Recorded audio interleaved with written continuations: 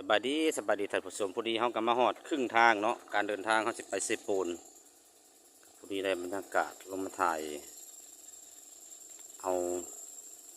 บ้านแห่งหนึ่งเนาะจะเป็นบ้านชนบทที่ว่าติดกับผาขะเหยาะเขตเมืองวิลาบุรีห้ามเลยทุกคนเลยโอ้เราขี้ฝุ่นมาเลยแป๊บหนึ่ง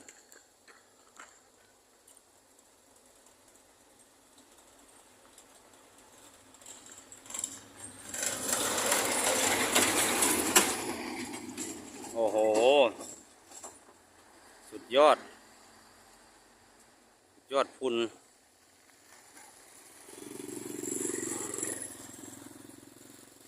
เดี๋ยวเขาจะพาท่านผู้ชมย่างละเลาะจะข่าวก่อนโอ้ยก็เดินต้องถอดกระเจก่อนเนาะเพราะว่าจอดรถทางถนนมีความเสี่ยงนะแป๊บหนึ่งเด้อ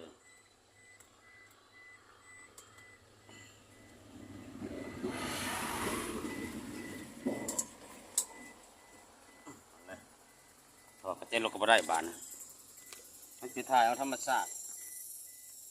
เขาลำเนาไพ่โอเคที่พาบรรยากาศมาฝากสักน้อยหนึ่งเห็นมันงามก็เลยมาแวะเบิ่งเห็นธรรมชาติมันงาม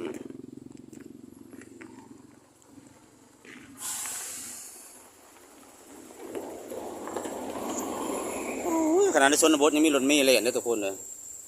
ไปแล้วเป็นภูเขางามบ่ได้ก็เลยถ่ายโอ้โห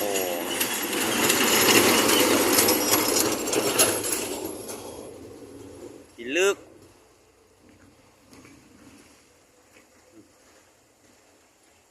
เอาไว้ขี้พุ่นพบขี้พุ่นก่อนทุกคนเด้อ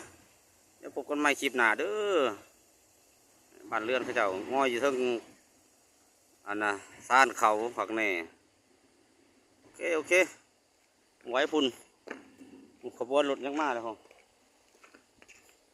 โอเค